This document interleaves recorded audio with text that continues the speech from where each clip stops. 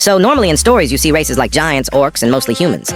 Well, my story has none of that as I decided to make my own. But why? Well, I thought Bleach having multiple races was cool, so I made my own, but I also don't like certain fantasy races. For example, elves. Elves normally get two stereotypes which contradict and annoy me. The others like giants and dwarfs just seem boring to me. All these races have been done before, and it would definitely be easier just to use them for my story, but they don't nearly fit the tone of my story at all. It doesn't fit in because I didn't make the piece. To make it fit my puzzle, I just have to make something myself. So for my story, Izanagi, I'm being innovative, as I try to make something different from the extremely copy and paste shit you see a lot. There are 4 races in my story, and as a collective, they are known as the Ramen.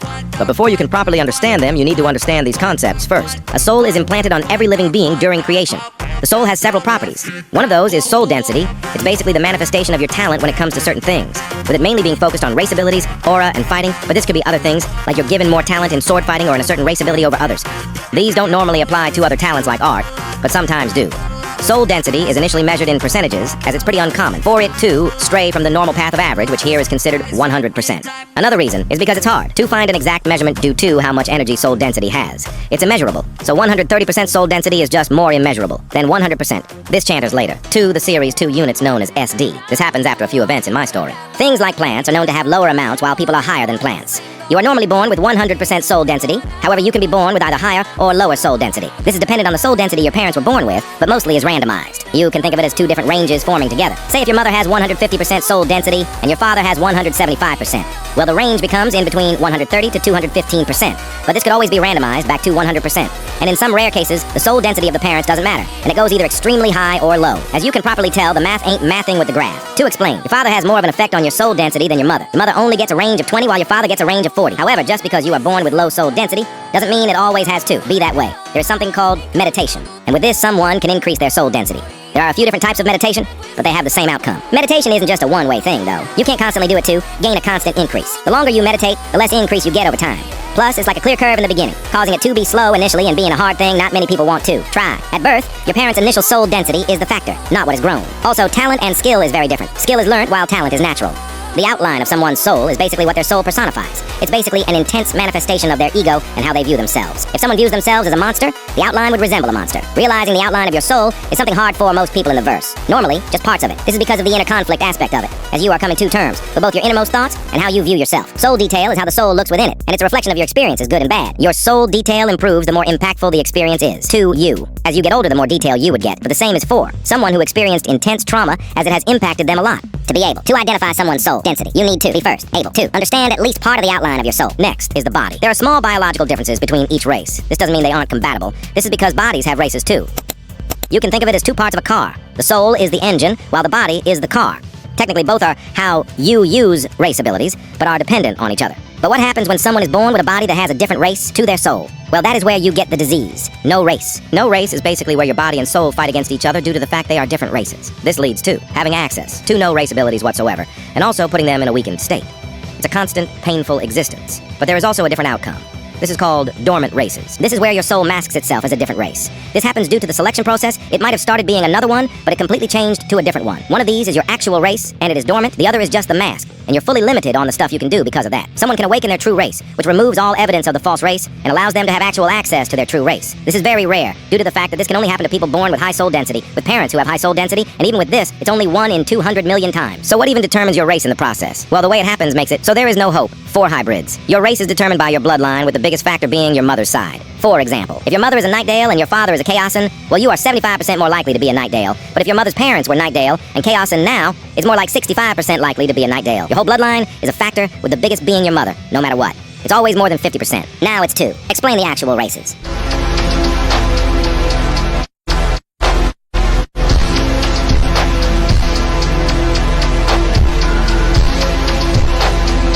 First is Ginji. Their souls are unique due to how they give the person more power, too. To explain, increasing soul density will increase your talents and your capabilities with your race abilities. Ginji are unique in the fact that this increase happens faster and also affects them physically, but on a small scale. This is because of lineage, where your soul is buffed by the souls of your bloodline. All Ginjis have a physic link to their relatives. This link is mostly in the background and doesn't do much, but it can allow Ginjis to do things like sense when someone they are related to is nearby. This normally happens in extreme scenarios with extreme resonance. This happens better with certain families than others. Moreover, if a relative is a Nightdale, a Ginji could still sense them, but not vice versa.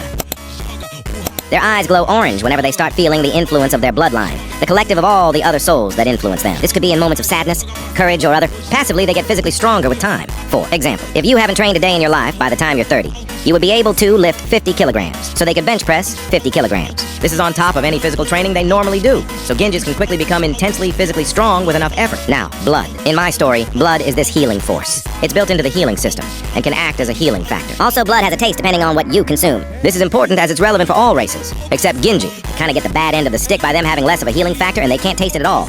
It's bland to them. Before I get into the actual abilities, I want to ask, you two comment down below two things. First, a monkey emoji, so I know you're still watching. Second comment down below, your favorite fantasy race. This could range from something like demons all the way to Shikigami from Bleach, and explain why. First, we have Ginji. It allows them to grow other body parts, normally arms or legs, but this can range intensely the more they know about the body and the more stamina they have to do this. Rare cases can see people generate blood from their stamina, which is technically a type of healing. With more soul density, someone could reduce the stamina they need to generate more. Plus, the stamina drain initially targets fat, so the fatter you are, the better. The main three disadvantages are that your blood is spread throughout your now added parts to your body too, decreasing the concentration of blood. This could affect things like healing. B. It affects your cognitive abilities as your brain has to deal with more body parts. This is why expert users have to be smart enough to use it. Finally, C. It spreads out your aura across a larger surface area, which means there is less aura protecting certain areas, and it would be also harder. 2. Keep your aura coat and aura efficiency in general due to the more complex angles which come with things like extra arms. Second, we have mahos.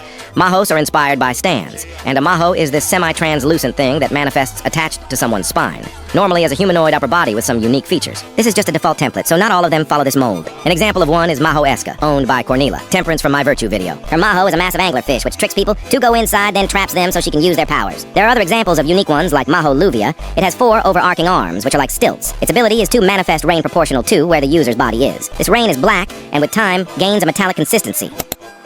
This is just a base ability by which it later evolves. It's able to change the rate of the rain, making them as fast as bullets or just stopping them in the air to walk on them. The rate could be increased to a point where they deflect bullets, as the rain is metallic. In addition to this, if there's other liquids nearby, they can combine it with her rain.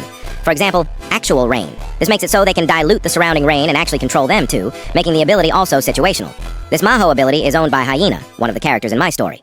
The Maho ability isn't dictated by the user. It's something linked to lineage instead. Moreover, the more complex an ability is determined by soul density, and the ability becomes more tailored to you with soul detail. These abilities can change over time. To better explain the lineage thing, members of the same direct family could have similar ones. For example, your mother was the Ginji and she had a gravity-based power. Well, you're probably going to have something linked to gravity. This is why some characters could have exactly the same Maho. You can guess what a Maho does from the name. The names tend to mean something in Latin, Spanish, or some other language. For example, Maho Dictadora. We all know what the name dictator is. I'm actually not going to explain it because I want you guys to comment down what you think it is. The person who gets it gets a shout out next video. I just want to talk about one more Maho ability before I go on. This is because I really like the ability. It's called Maho Revocatio. It's told in the story that it's been heavily altered based on the soul detail and soul density of the user. This is why the ability is so insane. The user sets a timer on, and for 1 hour, the ability will be in effect. Whenever someone finds out his name and true face, a bomb would be placed on them if the ability is active, and when he wants to, they will blow up and resets time back to when the ability was activated. The person would still have the bomb on them without knowing, and they subconsciously will avoid the same method of finding out who he is. This ability is made to make sure that none can find out who he is in the end, and it seems seamless. It could be multiple loops, but the result will always be the same. His identity will remain hidden. That part of the Maho ability only works on living things, on non-living things. It changes too. Allow him to just explode them when they see his reflection, which leads into how he fights with things like bubbles, mirrors, windows, basically anything that can reflect. To counter, you could first learn his identity before he activates it. Second is fighting him from a range. The third is to avoid him until the time is over. This is pretty clearly inspired by Bites the Dust from JJBA. I wanted to think of a more capable version of the ability to actually fight against. As in part 4, they had Hayato, who was an abnormal kid who somehow wasn't affected by it. Next is base. I need to explain some lore first. Aura constructs is a technique that allows people to make constructs from aura. Not materials like iron, but constructs like a wall. Ginjis have an easier time making these, and base is basically this on steroids. It's making aura constructs in more complex ways that use stamina. An example is that while one of the other races could make a basic wall, a Ginji could make a wall with the properties of iron to have a better effect. Rotext is a membrane shield made out of surrounding nature aura. The aura within someone is called Ray aura, and the aura in the world around them is called nature aura. Rotext allows them to manipulate said aura to make a shield which can be used to reflect or parry attacks. At the weakest, it's only 10%, but it only goes up from there. At higher levels, your Ray aura becomes a factor for how long you can keep it up, due to how Ray aura passively increases stamina, and how techniques like Rejuvenate can rejuvenate stamina. Serate initially manifests as glowing geometric cracks, which passively buff your strength. Plus, their body's durability is increased to resist piercing damage. Its actual ability is to allow you to turn Ray Aura into materials, for example, iron. Someone has to be familiar with the material via having an interaction with the best kind is touching and knowing its chemical composition. The limit is really what the user can do with this. The negative with using it is that it lowers the amount of soul density you have access to 70% of your current. This affects your use of your other race abilities, so you need more skill to actually use them. The next ability is abnormal due to how you both probably saw something like it, but also how it feels like a merge of things. Genie allows someone to turn parts of their body into a type of mist. This mist has similar properties to both smoke and helium. There are two main ways to use this. First is flying, turning a body part, normally just the legs, into the mist to fly and hover around. Next is Bagliana, which allows them to make weapons. Seems simple until you realize they can also make powered weapons too. They can turn a lump of clay into a sword with flame powers. To better explain how to make powered weapons, a blacksmith needs to embed nature aura into it. With Bagliana, Ginjis can skip this step and just use their imagination. However, they are still limited to the capabilities of reality. There are clear differences between a pro and novice though. It might take a novice several days to make a weapon, but for a pro, they would be able to make one easily. This is due to familiarity with making weapons and the different levels of understanding. This is why people are better at making certain kinds of weapons than others, as they are more familiar and could have even trained with them. An example of this is a character called Doa. She makes several kinds of spears and javelins. Next is gems. Gems are things people can generate as ways to enhance their soul density when nearby them. They act like connections to their soul too. Tenji allows people to generate dense skeleton arms from surrounding nature aura. The more skilled they are, the more they can manifest. These arms are powerful due to the nature aura and also have a defensive buff. There are several ways to use these, like momentary deflection or climbing walls, like a spider. Since this takes stamina and not Rei Aura, there is a clear reason people might use this over base. Plus, someone might have trained Tenji better too, gain a more subconscious control. Now for the forms. Fial works by giving people these markings, which are these symbols. These are made to mimic makings from indigenous cultures. The reason for this is just to reference how they carry their pasts with them. Some of these are just passively active, while others show when activated. Fial allows someone to turn Rei Aura into nature aura, and either use that to enhance themselves or turn into different elements. This does mean your Rei Aura does fuel it. The more Rei Aura you have, the more powerful this form is. This is why more people use it on high levels of aura. Moreover, it gradually uses more stamina over time, so you have to manage that too. Next is S.O. Yoroi. In lore, it's told to be the start of the manifestation of one's true inner being. It's shown as an upper body of a skeleton with other features like armor, a cloak, and/or horns. They normally manifest a basic weapon too, one that the user would already know how to use. They don't have any abilities and really are just this large thing, 3 times taller than the user. The progression of this is spiritual body manifestation. This time, it's not a skeleton, it's humanoid, and it has features that can be animal-like. It also gains a lower body too. The user can gain 1 or 2 summonable weapons with different abilities, which reflect on both the user and the Maho. I haven't thought of an actual SBM yet, but if there was, it would probably be something more similar to stands in the way they symbolize the user. Like how Sheer Heart Attack shows how Kira has someone else deal with his problems for him. Comment down below what you think your weapons would be. Someone could evolve their SBM through growing as a person and giving more detail to their soul. Plus, they can manipulate the size of it too. So they could make it Kaiji level 2, small mech level. Finally is Raimana Yoroi. Someone would need a high mastery of. So Yorori and Maho, 2 use. This is like the other path you could take, instead of SBM. Raimana Yorori is like an armor of dense aura. This armor would look similar to the one of SBM, but RY is to your size. They gain a singular weapon with 3 abilities based on your Maho and Soul. You also gain access to 2 additional abilities. Melos allow them to fire these extremely hot and burning beams, hotter than lava. Next is Suno, and it's basically increasing your speed with a massive burst of power. Learning to control each of these race abilities is hard in different ways, so you might see people use some more than others, or put focus into others more. This leads to what I'm going to say next. Combining these abilities.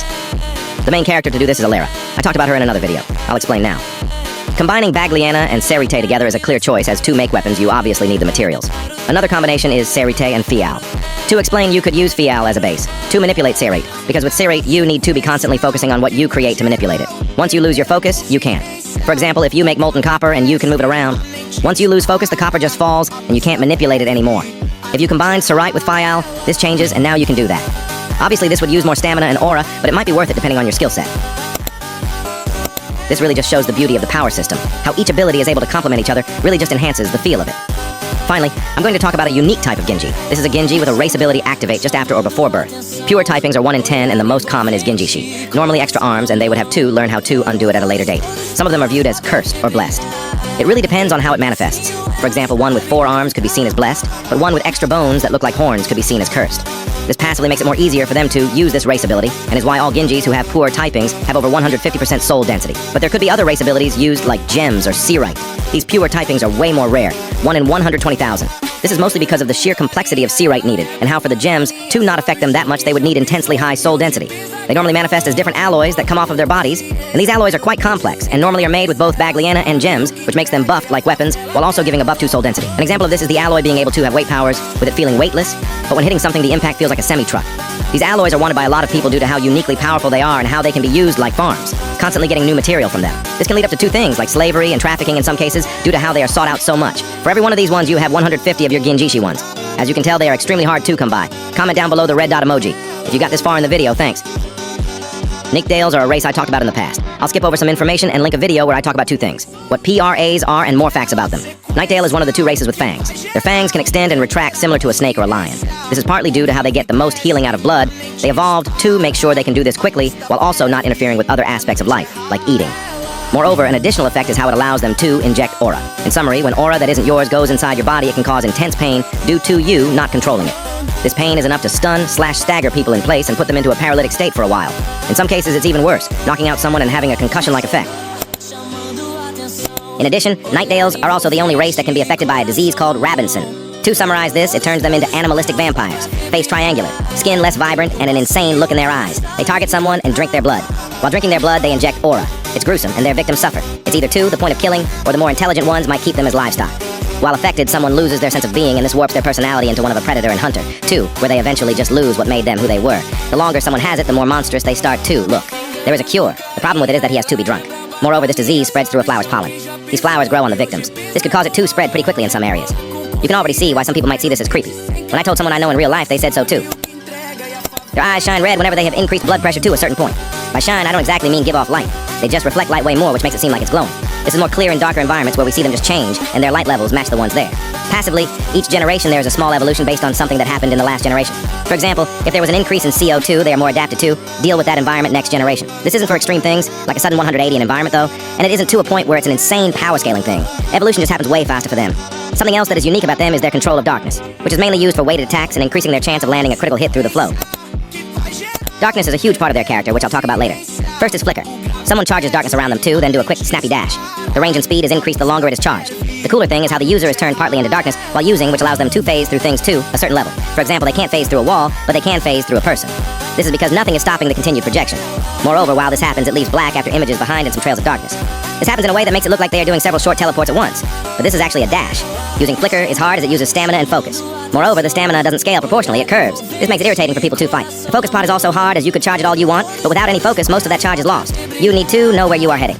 This is why you can see some people clearly forget to use it in fights for some reason. This is also shown in Kuro's training cause when he initially starts learning, he has to charge it for long, just to move a distance of 10 centimeters off the ground. By the way, it can be used in all axes. Here's a good time to show more of how soul density gives clear advantages. The focus part becomes extremely easy for them, and they lose less stamina too. Tech is technically not a sub-ability, but I'm including it anyways. It's a reference to video games and how there are certain skills people learn. Flicker is basically an exploit for several things. Say if you are charging an attack which makes it so you can't move while charging. Flicker allows you to move. You could also use it stationary to basically have attacks phase through you. I'll explain Tobu and no Tobu together. They are wings of darkness, which you can use to both fly, attack, and defend due to how darkness absorbs most physical damage and is the most defensive out of every element. In addition, if there is enough darkness nearby, you aren't using your stamina, instead you're harnessing the darkness, which means you can manifest them with little effort. The difference between the two is that no Tobu is a more permanent use case for you to use. Think of it like being able to grow actual wings. No Tobu costs more at the moment, while Tobu you have to maintain. This is great if you have to maintain wings for some reason, like you live in a place where you constantly need to fly to traverse, like a mostly vertical mountain village. Mindless is the next race ability, and it's basically autopilot. You are able to give your body a command, either on purpose or subconsciously, and then it can do it. I won't go into more details, but I would like to explain how this would look like for people with high soul density. There are two ways this is manifest. First is a seamless transition between the two states, a subconscious switch. The second is more dangerous as you are accidentally giving yourself commands based on your inner thoughts. Some that might be things like violence. You are basically acting out what you suppress. It's like having different personalities within you, but it's just you. Verdad is an ability in which you need an explanation of another concept first to understand it, and a spiritu is someone's secondary soul, taken from the afterlife and bound to them. They have the capabilities to gain progressed race abilities based on the experiences, abilities, and how the soul used those abilities in their first life. For example, a Ginji, like Doa, could have a progressed race ability linked to manifesting certain spears. Watch my other video to find out what PRAs are. Verdad is a place where you can communicate with your spiritu, normally either a place in your mind or you see them in real life, but none else can. When you talk to them, it looks like nothing is happening in reality. These conversations can happen quick too, sometimes split seconds. A Verdad initially starts out as a black void, but can evolve based on both of the souls, how they interact, and soul detail. This could be a space like a forest. In addition, some people can learn 2, use Verdad 2, increase the speed of their thought process, while under its effect, the time within it goes faster than the time outside of it. This could lead to someone being able to think of a plan in a split second. However, using Verdad tires out the user, so someone couldn't just use it for an indefinite amount of time. The next race ability only has 2 canon users so far, and that's because of how rare it is. It's called Stage, and in simple terms allows people to turn darkness into light. The reason one would want to do this is because of the properties. Darkness is good at defense, mostly while light is best for attacking, specifically streamlined attacks. While darkness is cold, light is burning hot. Plus some other things like a speed boost. This can be used on race abilities like Flicker. For increased speed and power, it could lower their critical chance and give less defense. Light is only offensive.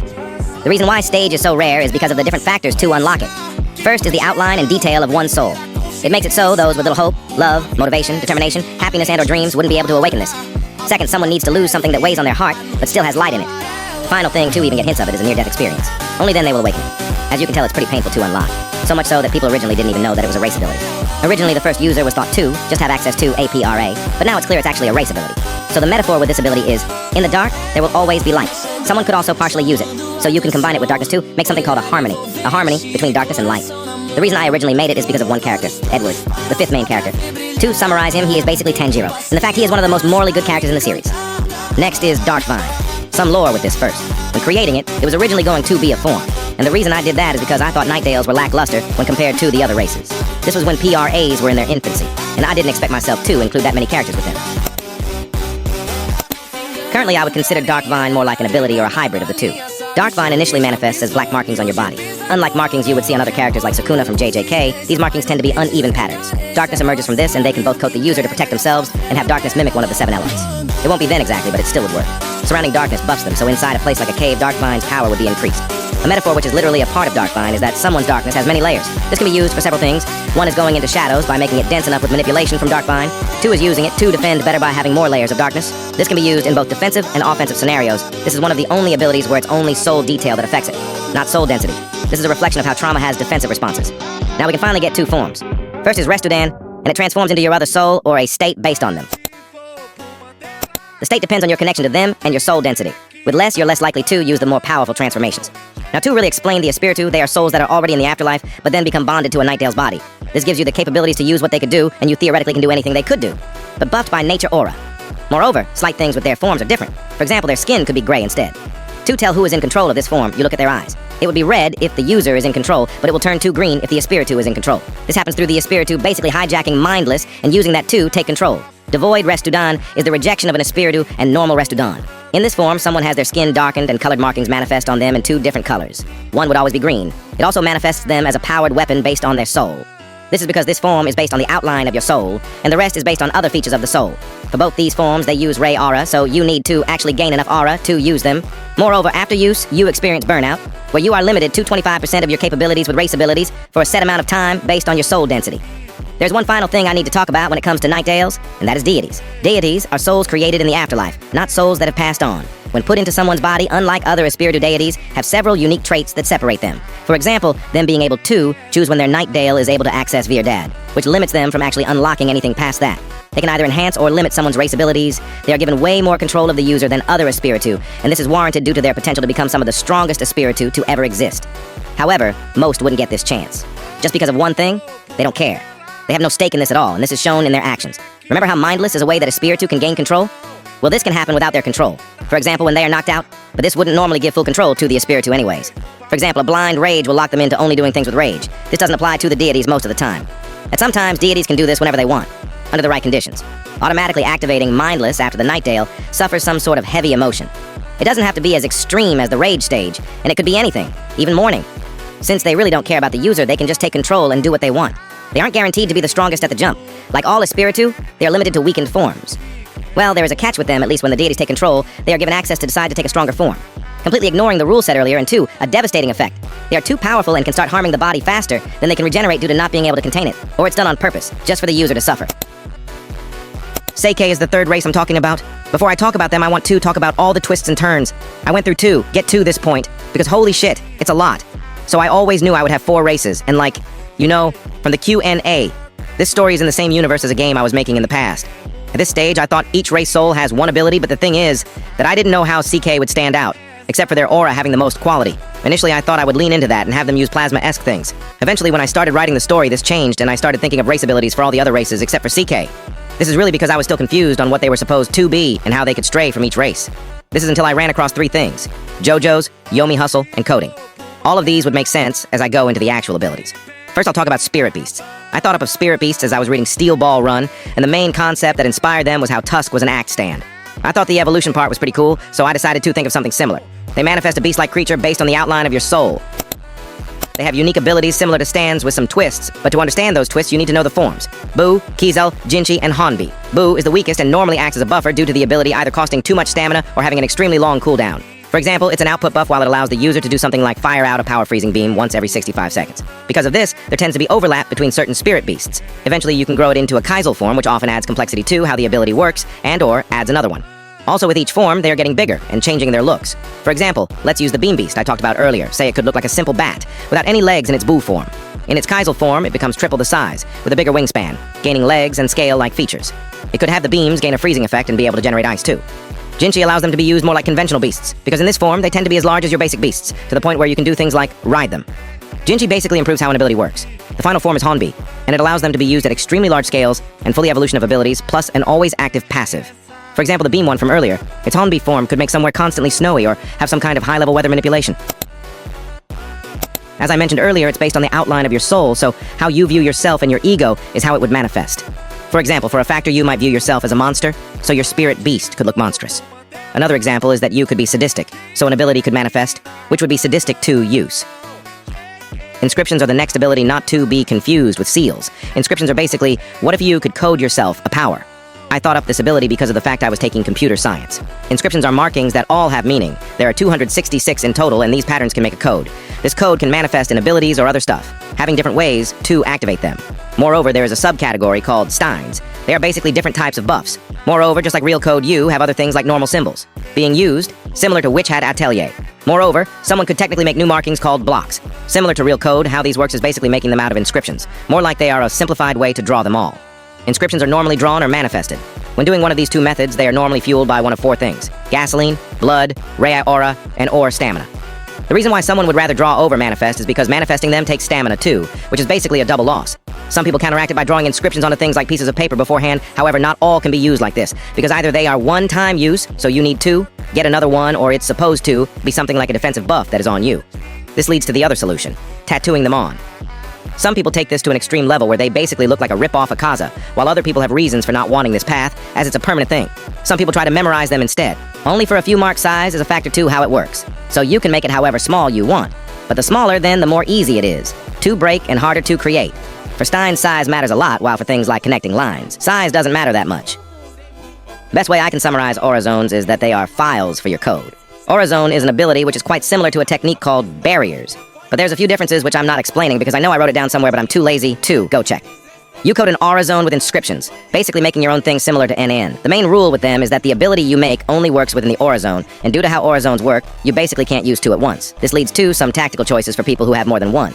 Aura zones range widely, but a common theme is that a lot of people build them up to be trump cards. Something I referenced in my Virtue video where there is a character called Leia, and she has several of these aura zones that could be considered trump cards. It's hard to explain, so instead I'll tell you guys about some aura zones. King Gaku is an aura zone from Ginlego. It manifests 4 pillars.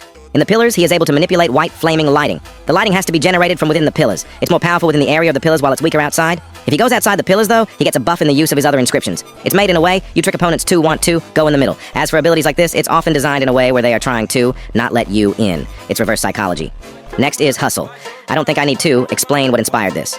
If you know what Yomi Hustle is, you know what the main gimmick is. That's its strategy gameplay. All your opponent's cards are laid out on the table for their next attack, and all you have to do is analyze and get it right. This can lead to some pretty insane fights, like genuinely go watch some Yomi Hustle gameplay. In my story, what happens is that the user is put in this black void in their minds, and they are shown all the different outcomes that could happen in the next 5 seconds. You have given the minimum of 10 seconds in your perception to perceive this. This is because of soul density. Increase your soul density, and it can go up to something like 30 seconds. Moreover, it also decreases the cooldown, but every time you use it, it costs Rei aura, a lot, and it's not a normal amount. Say if you use it once, and it costs 500 aura. If you use it again within X amount of seconds this time, it would cost 1,000 aura. This makes it a high risk, high reward, as you are technically given an advantage, but combined with the high aura usage, and you not being guaranteed to pick the right thing, you can see why few Seikei use it. You would actually not find a lot of them who do, because it's so hard to master in the first place. The main drawbacks are the cognitive effects, due to how much information you are processing in a short amount of time. Even though it's 10 seconds in your perception, this is all technically happening in an instant. You can easily fry your brain by using this too much. This is also a reason why you don't see a lot of people using it. Like Hustle Medicate is also a hard race ability to use. Medicate allows someone to apply drug-like effects to items like herbs or food items, but this could be other things, even aura in some cases. Medicate has several steep learning curves involved, so you normally see it used at the most basic levels, like increasing the affectivity of herbs. However, at higher levels, one could cure a disease with a burger. Clear differences. However, because of how learning Medicate works, it would take years to learn something like this. So most people who do learn this either devote themselves to this ability the most or try increasing their soul density to an extreme level. This is why there is seemingly a massive skill gap between people who use Medicate and people who don't. Also, just because it's called Medicate doesn't mean it's just for healing. This could be a stimulant or even poison, but making those would be way harder. Curses is basically the capability to create and remove curses. I'm skimming over this because I talk about it in another video which I plan to release soon. Wings is next, and in summary it's the capability to manifest wings to fly. Someone can customize their wings to their choice. The ability is pretty simple, and my main reason for adding it is because I wanted a way for it to fly like the other races. What makes wings important is because you need to master it before you can use the hybrid form. The hybrid between you and the Ginji form of your spirit beast. Not a lot of people use this hybrid form, but it is powerful. Next is aura pathways. It's manipulation of one's aura nodes to help control aura efficiency and output to extreme levels. It also has a secondary function, to manipulate the nature aura in the air, where it is, but not do something like turn it into an element. This allows for things like floating or creating the area around you dense for protection. Similar to Medicate and Hustle people are either all in or out with this ability due to how hard it is to master, especially with its effects on the brain, or how it's more physically tasking than other abilities. One of the characters in my story is called Anva, and she was born with abnormally high soul density, which gave her extreme talent in this ability in specific. This allows her to use parts of it subconsciously, which leads to seamless flight. However, it's not all that simple. When we are introduced to her, we see her with a quite fit and strong physique. This is a passive effect of her flying for so long in her life, it's so taxing that she grows stronger physically. It's like a workout and is linked to why she doesn't work out at all. The final ability is conversions. It allows them to break up things made out of aura, for example a beam attack. This is normally partially or fully. Not much to say about them. They are basically a counter. They have only one form, and that's burst. In all honesty, I genuinely haven't thought of anything interesting yet, so I'll probably make a different video about that. I skipped over talking about the base things, so I'll talk about them now. Seikei are born with either one of 3 types or no types. These types represent what you are naturally more talented in because that's your affinity. The most common types are Kan and Winzen. Barely any are born as Epilis or with none. I'll put up what each type means on screen. Something odd about Seikei is the gender split. You see, the majority are women, a 1 to 15 split. To put that into perspective, for every 100 men, there are 1,500 women. That is a major gap. This is due to 2 things. First is something I already talked about, the mother being the main factor in race. Second is how they tend to have one child. For the first child of a male, it's guaranteed to be female. There are probably some other factors which I could use to justify why there are so many women, but you could think of those factors yourself. Their eyes glow green, or Kian. Green 2 show that they have mentally locked into a fight. Kian 2 show that they had a sudden increase in Ray aura. Seikei are naturally physically weaker than all of the other races. This is in general terms. One could easily train to be as strong. They are extremely potent when creating aura seals, and this is because they are similar to inscriptions. Finally, their aura is naturally quite high in quality. This would make sense when I make the video explaining aura. And with finishing Seikei, there is only one more race to talk about. The long-awaited Chaosens. You might be confused why the video is only around halfway done, and as I script this, it might be even more confusing as I haven't actually gotten to writing the rest of the script. Here's a screenshot for proof.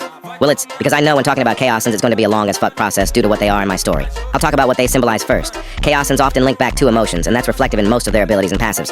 When feeling heightened versions of emotions, their eyes glow 1 or 3 colors. Red for anger, hate, and disgust. Yellow for doubt, sorrow, and fear. Blue for determination, strength, and courage. Sometimes someone's eyes can flash in between 2 or have only one eye switch, and this is because of how emotions can overlap. This leads to something else. The Murasaki clan, as you can guess, they have something to do with purple. This is because of their unique eyes. So I don't bore you with an explanation. They basically have 2 irises on top of each other, and that allows for 2 emotions to glow at once. This tends to be purple, but could be other colors like green. Chaosens have a detail of their fangs being triangular and kept in their mouths at all times. Their capability to widen their mouths a lot, to compensate for it, but the effect they do give when they inject aura is different. Instead of doing something like a stun, it burns. This is just because their fangs are made out of a material that conducts aura in a way to make them burn. When broken, someone could regrow them, and they can manipulate how they regrow because of nature aura. That leads to another thing. In my story, all living things expel nature aura. But for Chaosens, they are more like plants, in the fact that plants both need and expel oxygen, while they both expel and absorb nature aura. Absorbing nature aura is a gimmick that works similar to a stamina bar to them. How much nature aura they can absorb is dictated by their soul density. They can choose to use it or not for certain abilities over Ray aura, and the reason they would do this is because nature aura is 50 times stronger than Ray aura. I'll talk more about the nature aura gimmick later. Another gimmick they have is the purple lighting that would gradually appear around then in response to kinetic energy. They are able to use this passively when attacking and can even concentrate the lighting to do more damage. I nickname this Smash. Smash can be used as a way to slow down someone's reaction speed via affecting their nerves, which at some levels effectively act like a stun. Some advanced uses have a delayed effect to catch targets off guard and set up more attacks. Some other passive things that involve Chaosens is their increased sensitivity to drugs. Naturally more emotional out of all the races, high-tinted sense and gain Ray aura the fastest. They have a race ability called Aura Zone, and it initially works as a sure hit, but they can also code something, but for me to explain it, I would need to explain something else. Aura Con. Aura Con is another ability, and it works more similar to a form. What it does is manifest stripes all over someone, and these stripes can do several things: generate strips of these stripes to bind and swing, charge electricity through them to make them burn, manipulate one of the 7 elements, and finally manifest flacconings. In simple terms, the Chaosen's version of inscriptions, but in more specific terms, they are seals made out of nature aura and are linked to one's soul. This is where the personalization comes in. Since it's based on your soul, everyone has different flacconings, so the coding part is different for everyone. Moreover, since they are extensions of one's soul, they can do things like apply it to 2 summons to have them be able to use race abilities, or apply to a weapon to use it from far away. This is what their aura zones can be used for. Flacconings are unique in how they are based on your soul, all factors of soul density, soul detail, and soul outline. This makes it so there are several ways this could grow, but flacconings is a part of my power system I haven't really explored yet, so comment down below your thoughts and potential uses for it. Auracon is also the method they use to manipulate the nature aura they absorb. Next is stone construction. Remember nature aura? Well, when it's absorbed in an uncontrolled way, it grows stone on their body. This is normally passive and can happen to those with lower soul density, or they are born like that and it becomes something to learn. This can slowly develop from small dots to coating joins, limiting movement. The stone is not normal rock, it's only referred to as stone because of its looks. It's harder than steel. So what is stone construction? In summary, it's doing this on purpose to make things. There are several use cases. For example, there's a character called Zabi, who basically uses it just to help his attacks, which is often him hitting things at fast speeds. He also uses it defensively, brittle defense to lower damage intake because of how it disperses the force. Storm Aura Bomb is similar to an ability most beasts have access to called Aura Bomb. It's generated in the same way, with aura congregating to a point into an explosive force. The main difference is how it has wind and lighting properties, like a storm. Someone could use it in melee or throw it. Using it in melee gives you the advantage of making it more powerful with techniques, while range allows you to shoot from further away. Storm Aura Bomb glows when you use Ray Aura, but when you use Nature Aura, it turns black with wind currents around it. Moreover, people can modify how they work with Auracon. Aura Taiho is aura that gathers in a point and then fires an arching beam. However, this beam is unique in the fact it has explosive properties. For example, you could fire a beam, and it goes through something like a beam, but an explosion would happen on contact. Because of its unique properties, it is a formidable attack and is used by many. However, it's harder to control than a Storm Aura Bomb and takes longer to charge. The charge time is dependent on how well you can control your aura, as this is a specific process, taking on average 6 seconds to charge. The aura you need is dependent on how powerful you want it to be and how efficient you are with your aura. Also recall quick, comment a football emoji if you got it this far into the video. Thanks. Sound air allows someone to manipulate waves, normally seismic in sound, but this could range all the way to light, but that's much harder to control. This can be used as a way to sense, and in people with high soul density, one of the ways this could manifest is them having extremely heightened senses. Someone could also do things like amplify their sound waves to make them more powerful. For example, a roar that becomes as powerful as a blast wave. The final ability is aura condensation. It's turning aura into an explosive. There are 2 types, liquid-like and solid-like. The liquid-like one is done by making aura hyper-reactive. This state happens when the user transfers the heat from their body into their aura while vibrating it really fast. This gives the aura a bubbly orange look with some faint traces of purple. It explodes once it touches something, while for solid, it explodes on command of the user and is generated when the liquid one gets condensed so much it becomes a solid. It can be detoted remotely, and it has a dark purple look. Obviously, you would need a lot of focus and aura control to use it, plus aura itself. When nature aura is used, the liquid one glows brighter while the solid one gains some white glowing lines on it. There are ways to use this. First, since it's aura, you could do things like use Kenzie. 2, have it coat your blade in an attack or use infusion on an arrow, and fire 2, have an explosive arrow. By using the solid one, you can make something like a sword, which you could fight with and later discard as an explosive. This gets powerful the more it's charged/condensed, but if you use too large of it with too little aura, coat, you do risk doing damage to yourself. Fun fact, condensing aura is actually the way to make aura shards. Aura shards are made from over 20 years, though, and aren't as reactive, so they aren't damaging. Now for their forms. They have 3 in total: Partial Beast, Arcane, and Hellbreaker. I'll leave Arcane for last because that would be the longest to explanation. Partial Beast gives 1 animalistic trait. Makes sense, right? This form is based on your soul outline and soul detail. The reason a Chaosen might want to stay in this form indefinitely is the mental effects, allowing them to come to terms with who they are inside and be more comfortable. There are massive variations in this form. One could look like a normal person with just a tail, claws, and cat ears, while another could look like this extremely beast-like and more monstrous form. This is because of the 2 different people. It could be one is more battle-hardened, or one is just more relaxed. This form can change over time, depending on how the person changes themselves. An example is someone having friendly, approachable features, which later become jagged and hostile. It's a visual way to show character development. In this form, these things would always grow: horns, tails, and claws. Plus, they would be able to manifest wings. Moreover, they are able to absorb more nature aura than before. The horns are sensitive parts and act like points to charge aura to attack with. Chaosens become more sensitive to sounds, improve their senses and heightened instinct plus physical. These add a tactical element to it. There are 4 drawbacks. Going in and out of the form drains the nature aura you currently have, so by 35%, and makes you more tired. Second is the tail is hit in the upper end close to the back, then they lose mobility. Third, they are extremely more sensitive to drugs, and fourth, their ray aura generation is reduced to 60%. Something else about this form is another thing about the name. Someone could adjust the partial part like a slider from its normal state too, where the animalistic traits are less clear. For example, shortening the tail. With this, they lose benefits proportionally. Next is Hellbreaker. This is actually the last form I created, but I am talking about it before Arcane, as it's going to be the hardest to explain. This form is the least used out of any form because of one thing. The fact that to activate someone needs to break part of their soul forever, losing a piece of themselves, and this is referenced again with how the activation happens. Inspired by the transformations in Chainsaw Man, how this works is that part of your body becomes an object, for example. One of your fingers becomes a trigger, an eye becomes a ripcord, a tooth becomes a pin, etc. These points normally references past injuries, and through that, you can guess what part of their soul would become broken or lost. Now, just because a point transforms doesn't mean it's activated. To explain how these activation points manifest from using nature aura on your heart, this could be forced. Someone can only remove these points by going through mental tribulations. It's kind of like not becoming suicidal anymore. When someone pulls/activates a point, that point would explode and their transformation would emerge from there. The point used often gets turned into a weapon-like thing, too. For example, the trigger finger could turn the hand into a gun, the ripcord could become a sword, etc. Instead of using the outline of your soul, this form uses the darkest parts of it. Think trauma, regrets, fear, hate, and suicidal thoughts. In addition, it makes them similar to a monster, while in this form, losing their heart as long as it is active, effectively making them immortal, until someone takes out their head. Not cut it off, but destroy it. Moreover, they don't just generate from blood, but negative nature aura too, so fighting them, while not controlling the nature aura you release.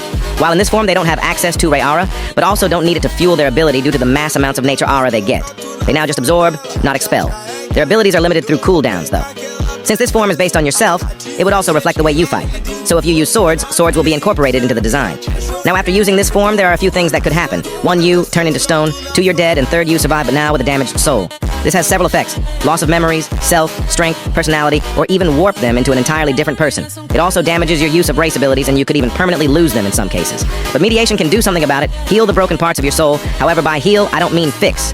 Fix means it would be put back to normal. That's just not possible, so instead it changes them in different ways. It's like using new parts to fix the engine. These effects could be physical or races. One of the characters affected is a Meteor, and it actually affected her in a physical way, which makes her eyes defective. Colors blend together to a point where she can't tell where one object ends and another starts, or where the colors fully merge. She can't read or write. When she is healed, she gains the capability to use her senses, smell, and also sound air to help with other things. Now to a more extreme level. For example, she can sense the waves of her touch to extreme levels, which allows her to map out things easily, like the touch version of echolocation. This is its effect on their soul detail. Now we are on to Arcane, the final form.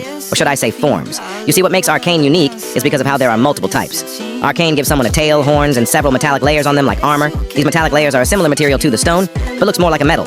Moreover, they gain this glowing mark on their chest too. First, I'm talking about type 1 to 9. Each of these forms have someone in common, where their power comes from. It's basically slamming your Ray aura and nature aura together into another kind of energy like nuclear fusion. This is inspired from Baron Mode from Boruto. The combination creates an energy that is 50 times stronger than nature aura, which means it's also 250 times stronger than Ray aura. The form ends when you run out of one of the 2 auras. So where do these different forms come from? How much Ray aura you use to enter the form. That's what separates each of them primarily. Each type has a different design, with gaining buffs to their race abilities and giving them powered-up versions of Storm Aura Bomb and Aura Taiho for each form. Each has a new one. With each form, the main changes happen with the tail and heads. The tails get longer the more powerful the form, while the head changes similar to all the variants of Devil Trigger. The first one just gives you access to make your Storm Aura Bomb and Aura Taiho much larger. You also are able to passively gain more power the more you are hit, similar to Smash. But this power stays with you throughout the form. The second form takes a more show-off form, as it is more powerful and gains a darker color scheme. It changes the look of Storm Aura Bomb into it being more like an orb surrounded by spiraling wind, which results in a shuriken pattern. The orb itself becomes darker, and a line around it glows. Storm Aura Bomb becomes more similar to an aura bomb from a beast, but now that it's combined nature aura and ray aura, it has much more of an explosive range. Someone's durability in this form goes up excessively. Aura Taiho now gains electricity in it too. Someone's smash becomes now something that glows in power over time on top of the kinetic energy thing. This is so that someone can constantly build up power into one final attack. The third form is more defensive, by giving the armor its own regeneration properties.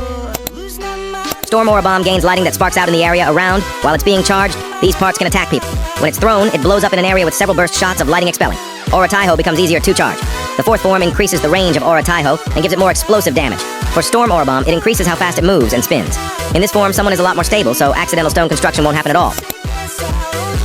The fifth form, SAB, starts gaining accents of aura around it, and it explodes with way more power. Same with Aura Taiho. They get more powerful. Moreover, while passively giving people the capability to hit something and make it a bit slower. This makes it easier to fight certain people. Form 6 sees SAB gain a now fully black design with lighting blades around it, making it similar to a shuriken. Aura Taiho has lighting sparks around it that do additional smaller explosions to what it hits. Leading Aura Taiho to be used as a beam, which has its main beam and several smaller explosions around it.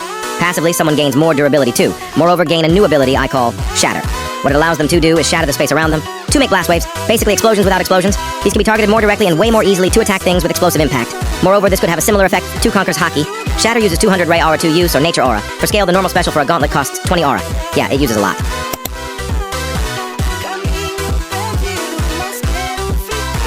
Form 7. Users gain the capability to use Aura Bomb as if they are a beast, and this is way different from Yo average SAB. It has more than quadrupled the damage when we are comparing both of their bases. This leads 2 people using it to do extremely more damage.